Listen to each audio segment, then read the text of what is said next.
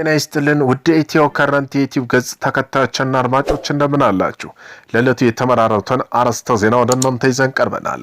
ሶማሊያ የተባበሩት አረብ ኤምሬት ጋር የነበራትን ስምምነት ከሰረዘች በኋላ የተባበሩት አረብ ኤምሬት ወታደራዊ ቁሳቁሶች ከሶማሊያ ወደ ኢትዮጵያ እንዲሁም ወደ ሀገሯ ማዛወሯ ጀምራለች። እንደ ሱዳን የስለላ ምንጮች ገለጻ ከሆነ የሱዳን ፈጥኖ ደራሽ ኃይል ከሰርቢያ 6 ተዋጊ አውሮፕላን ሱ-24 እና ሚግ-25 በመግዛቱ ታውቋል። ጅቡቲን ጨምሮ ከሰሞኑም በምስራቅ አፍሪካ ቀጠና በርካታ የጦር መሳሪያ ዝውውር ተካሂዷል። ተቀስቃሽና ያንዶ ወገን ዘገባ ሲያሰራጩ እንደነበር አረጋግጫለሁ። ተደጋጋሚም የእርምት ግብረ መልስ ሲሰጥ ቆይቻለሁ። ሆኖም መገናኛ ብዙሃን የሰጠውን አስተያየትና የማስተካከያ እርምጃ ባለመቀበሉ ፍቃድ ለመሰረዝ ተገድጃለሁ አለ። የኢትዮጵያ መገናኛ ብዙሃን ባለስልጣን ስለ ዋዜማ መታገዱን የገለጸው ዋዜማ ሬዲዮ የተሰኘው የበየነ መረብ ሚዲያ ታግዷል። የኢትዮጵያ መገናኛ ብዙሃን ባለስልጣን ዋዜማ ሬዲዮ የተሰኘው የበየነ መረብ ሚዲያ የስራ ፈቃዱን እናውቅና እንደተወሰደበት ተገልጿል።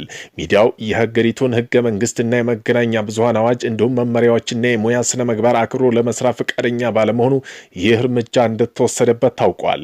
ባለስልጣኑ የሚዲያው ዘገባ ሀገሪቱ ብሔራዊ ጥቅምን የሚጻረር ሚዛናዊነት የሚጎድላቸው የፌዴራልና የክልል መንግስታት አስተያየት ምላሽ ያልተካተተባቸው ነው ሲል ወንጅሏል። አክሎም በሚዲያው ላይ በተደረገው ክትትል ከዜጎች የተሰጡ አስተያየቶችና ጥቆማዎች ሁከት ቀስቃሽና የአንድ ወገን ዘገባ ሲያሰራጭ እንደነበር አረጋግጫለሁ ብለዋል። ለሚዲያው ተደጋጋሚ እርምት ግብረ መልስ ሰጥቼ ቆይቻለሁ ያለው ባለስልጣኑ ሆኖም መገናኛ ብዙሃን የሰጠውን አስተያየትና ማስተካከያ እርምጃ ባለመቀበሉ ፍቃድ እንዲወሰድ አመላክተዋል። ባለስልጣኑ ለዋዜማ ሬዲዮ ከ2 ወር በፊት የመጨረሻ ማስጠንቀቂያ ሰጥቶ እንደነበር ጠቅሰዋል። ኢራኑ መሪ አያቶላህ አሊ ካሚኒ የጸሎት መርሃ ግብራቸውን ሰርዘዋል። የኢራኑ መሪ አያቶላህ አሊ ካሚኒ በአሜሪካ ኢላማ ሊደረጉ ይችላል በሚል ስጋት የዛሬው አርብ ጸሎት ፕሮግራም ሰርዘዋል። የአሜሪካ ቦምብ ጣይ ቢ2 አውሮፕላን በዛሬው ዕለትም ህንድ ውቅያኖስ ወደሚገኘው ዲያጎ ጋርሻን የጦር ቤዛ አቅንተዋል። ኢራንም በተጠንቀቅ ቆመናል ስትል ኢራን ማሳውቃለች። የኢራን ዋና ጦር አዛዥ መሐመድ ፓኩር የኢራን ጦር በተጠንቀቅ ዝግጅት መሆኑን በመግለጽ ዩናይትድ ስቴትስና እስራኤል ድጋሚ የተሳሳተ ስሌት ውስጥ እንዳይገቡ አስጠንቅቀዋል። አሜሪካ በኢራን ማንኛውም ሰዓት ጥቃት ልትሰነዝር እንደምትችል ዓለም አቀፋዊ ሚዲያ ዘግበዋል። የእስራኤል ቻናል 12 ሚዲያ አሜሪካ ከሚቀጥሉ ቀናት ውስጥ በኢራን ለሚሰነዘረው ጥቃት በቀጠናው ውስጥ ዝግጅቷን እንደምታጠናቀቅ ይጠበቃል ሲል ዘግቧል። በመሆኑም በኢራንና በእስራኤል አዲስ ውጥረት ነግሷል። የእስራኤል አየር ኃይል አዛዥ ሜጀር ጄኔራል ቶመር ባር በመላ አየር ኃይላችን ዝግጅት ጨርሶ በተጠንቀቅ ቆሟል ሲሉ ከሰዓታት በፊት ተናግረዋል። ባለፈው በተካሄደው ጦርነት ሪዚንግ ላዮን ትምህርት ወስደናል፣ አሁን ላይ አየር ኃይላችን በተጠንቀቅ ቆሟል ብለዋል። ቻናል 12 ዘገባ በአሜሪካ በኢራን ለምትፈጽመው ጥቃት እስራኤል ዝግጅቷን አጠናቃለች ሲሉ ዘግበዋል።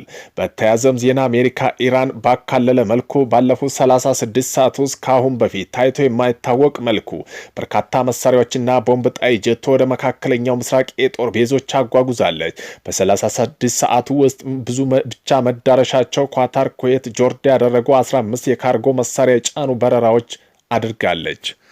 ቻይና በሀገሪቱ ከፍተኛ ጄኔራል ላይ ምርመራ ጀመረች። ቻይና የሀገሪቱ ከፍተኛ ወታደራዊ ማዕረግ ባለቤት የሆኑ ጄኔራል የዲስፕሊንና የሕግ ጥሰት ፈጽመዋል በሚል ምርመራ እንደከፈተችባቸው አስታውቃለች። ነገር ግን ቻይና የመከላከያ ሚኒስተር በተከሰሱበት ጄኔራል ዣንግ ዩጂኒያ ጉዳይ በዝርዝር መረጃ መስጠት ተቆጥበዋል። ግለሰቡ የፕሬዝዳንት ሺጂንፒንግ የቅርብ ሰው ሲሆኑ ሌላኛው ከፍተኛ ወታደራዊ መኮንን ጄኔራል ዩ ዦሊም ምርመራ እንዲከፈትባቸው ሚኒስትሩ አስታውቀዋል። ምንም እንኳ ሚኒስትሩ ዝርዝር መረጃ ባይሰጡም ብዙ ጊዜ ከባለስልጣን የዲስፕሊን ጥሰት ፈጽመዋል ተብለው የሚከሰሱ በሙስና ሲጠረጠሩ ነው ተብሏል። ቻይና ካለፈው ጥቅምት ወር ጀምሮ 9 ከፍተኛ ወታደራዊ መኮንኖች ከስልጣን ያነሳች ሲሆን ይህ ለዓመታት ታይቶ የማይታወቅ ነው ተብሏል። የ75 ዓመቱ ዣኒንግ ማዕከላዊ ወታደራዊ ኮሚሽን ምክትል ሊቀመንበር ሲሆኑ አለቆቻቸው የሀገሪቱ ፕሬዝዳንት ሺጂንፒንግ ናቸው። አልፎም 24 ግለሰቦች የሚመሩት የሀገር ውስጥ ውሳኔ ሰጪ አካላት የሆኑ ፓትሮቢ አባል ናቸው። የጄኔራሉ አባት ከቻይና ኮሚኒስት ፓርቲ መስራች መካከል ሲሆኑ ስማቸው ግን በጉልህ ይነሳል። የኒውክሌር ሙከራዎች በዓለም ላይ የ4 ሚሊዮን ሰዎች ሕይወት ቀጥፏል። በዓለም ዙሪያ ለበርካታ ዓመታት የተካሄዱ የኒውክሌር ሙከራ መሳሪያ ቢያንስ 4 ሚሊዮን ዜጎች ላይ ያለ እድሜ ለሞት መዳረጉን አንድ ጥናት ይፋ አድርገዋል። የኖርዌይ የሰዎች እርዳታ ኤንፒኤ የተባለው ድርጅት ያወጣው ይህ ሪፖርት የኒውክሌር ሙከራ ያስከተለው ጠባሳ ዛሬም ድረስ በሰዎች ልጅና በተፈጥሮ ላይ ከፍተኛ ጥፋት እያደረሰ መሆኑን አረጋግጧል። በሙከራው ስፋት 1947 እስከ 2017 ባለው ጊዜ ውስጥ በዓለም ዙሪያ ከ2400 በላይ የኒውክሌር መሳሪያዎች ተፈትነዋል። በጨረር መጋለጥ፣ ከሰውነት ውስጥ የዲኤንኤ ለውጥ ማምጣት ለካንሰርና ለልብ ህመም እንዲሁም ለተለያዩ በዘር የሚተላለፉ የጤና እክሎች ምክንያት ሆኗል። በመሆኑም ለአውሮፓ አቆጣጠር 1980 ድረስ የተደረጉ የከባቢ አየር ሙከራዎች ብቻ ለተጨማሪም 2 ሚሊዮን የካንሰር ሞት ምክንያት እንደሚሆኑ ይጠበቃል። በመሆኑም የ37ቱ ዓመት የታሂት የፓርላማ አባል ሄራሙኤል ክሮስ የፈረንሳይ በአካባቢ የመጨመረችው የመጨረሻ ሙከራ ስታደርግ የ7 ዓመት ልጅ ነበረች። ዛሬ እሷ በደም ካንሰር ሊኩሚያ ስትሰቃይ፣ እናቷ፣ አያቷ፣ ክስቷ ደግሞ በታይፎይድ ካንሰር ተጠቅተዋል፣ መርዘውናል ስትል የችግሩን ጥልቀት ትገልጻለች። በአሁኑ ወቅት የኒውክሌር መሳሪያ ያላቸው ተብለው የሚታወቁ 9 ሀገራት ይህም ማለት ሩሲያ፣ አሜሪካ፣ ቻይና፣ ፈረንሳይ፣ ብሪታንያ፣ ፓኪስታን፣ ህንድና እስራኤል፣ ሰሜን ኮሪያ ቢሆኑም ከ1990ዎቹ ወዲህ ሙከራ ማድረግ ላይ የምትገኘው ግን ሰሜን ኮሪያ ብቻ ነች። ሆኖም ግን የቀድሞ የአሜሪካ ፕሬዝዳንት ትራምፕ አሜሪካ የኒውክሌር ሙከራ ልትጀምር ትችላለች ማለታቸውን ሩሲያና ቻይና በተመሳሳይ መክሰሳቸውን ዓለምን ዳግም ስጋት ውስጥ ጥሎታል። ሪፖርት እንደሚያመለክተው ሀገራት ሙከራዎች በሚስጥር መያዛቸው፣ በቂ መረጃ ለመስጠታቸው ተጎጅ ማህበረሰብ ተገቢውን ሕክምና ፍትህ እንዳያገኙ እንቅፋት ሆኖባቸዋል። አብዛኛው የሙከራ ጣቢያዎች የሚገኙት በ15 ሀገራት ውስጥ ሲሆን ብዙዎቹ የቀድሞ ቅኝ ገዢ ሀገራት ናቸው። የወርቅ ዋጋ ጭማሪ ያሳየ። የወርቅ ዋጋ አሁንም ከፍተኛ ጭማሪ ማሳየቱን ቀጥሏል። አንድ ወቄት ወርቅ $4900 እየተሸጠ ይገኛል። የወርቅ ዋጋ ወደ $5000 ከፍ ሊል እንደሚችል ተተንብየዋል። ከወርቅም ባለፈ የብር ዓለም አቀፋዊ የዋጋ ጭማሪም አሳይቷል። አሁን ላይ ተገማች ያልሆነው ጂኦፖለቲክ ውጥረት፣ የወለድ ምጣኔ መቀነስ፣ የዋጋ ግሽበት ለዋጋው መጨመር አይነተኛ ምክንያት መሆኑ እየተገለጸ ነው። ሩሲያ የሰይጣን አምልኮና በአክራሪነት ፈረጀች፣ አገደችም። የሩሲያ ጠቅላይ ፍርድ ቤት ሰይጣን አምልኮና ዓለም አቀፍ የሰይጣን አምላኪ ንቅናቄ በአክራሪነት ኤክስትሪሚስት በመፈረጅ በመላው ሀገሪቱ ማንኛውም አይነት እንቅስቃሴ እንዳያደርጉ ሙሉ በሙሉ ማገዱን አስታውቋል። በዳኛ ኦልጌን ኦፊዴሽን የተመራው በዝግ ችሎት የተካሄደው ፍርድ ቤት ክርክር የሰይጣን አምልኮ መርሆች፣ ማንኛውም መናፍስት ስርዓቶች በሕግ የታገዱ መሆናቸውን አጽንቷል።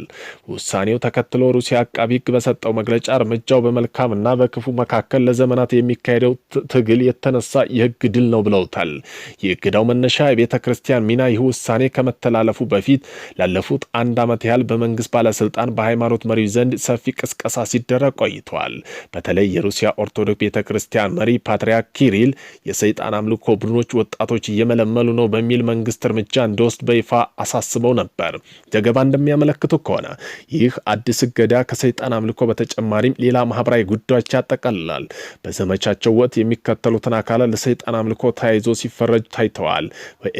ኤልጂቢቲ ማህበረሰብ አባላትና ጽንስ ማስወረድ የሚደግፉ ወገኖች፣ ልጅ ላለመውለድ ቻይልድ ፍሪ የሚሟገቱ ስብስቦች፣ የመብት ተሟጋቾች፣ ስጋ በሌለ በኩል የሰብአዊ መብት ተሟጋች የህግ ባለሙያ ውሳኔ ላይ ስጋት እየገለጹ ይገኛሉ። ዓለም አቀፋዊ ሰይጣን አምልኮ ንቅናቄ የሚባለው አንድ ወጥ ድርጅት በሌለበት ሁኔታ እንደ አይነት ሰፊ እገዳ መጣሉን በመንግስት ባህላዊ እሴቶች ይቃረናል የሚላቸው ግለሰቦች፣ ቡድኖች ለማጥቃት እንደ ሽፋን ሊጠቀምበት ይችላል የሚል ስጋት አሳድረዋል። ይህ ውሳኔ ያስተላለፉት ዳኛ ኦሌግ ኔቬሽን በ2023 ተመሳሳይ መልኩ ዓለም አቀፋዊ የኤልጂቢቲ ንቅናቄ አክራሪነት ፈርጀው ማገዳቸው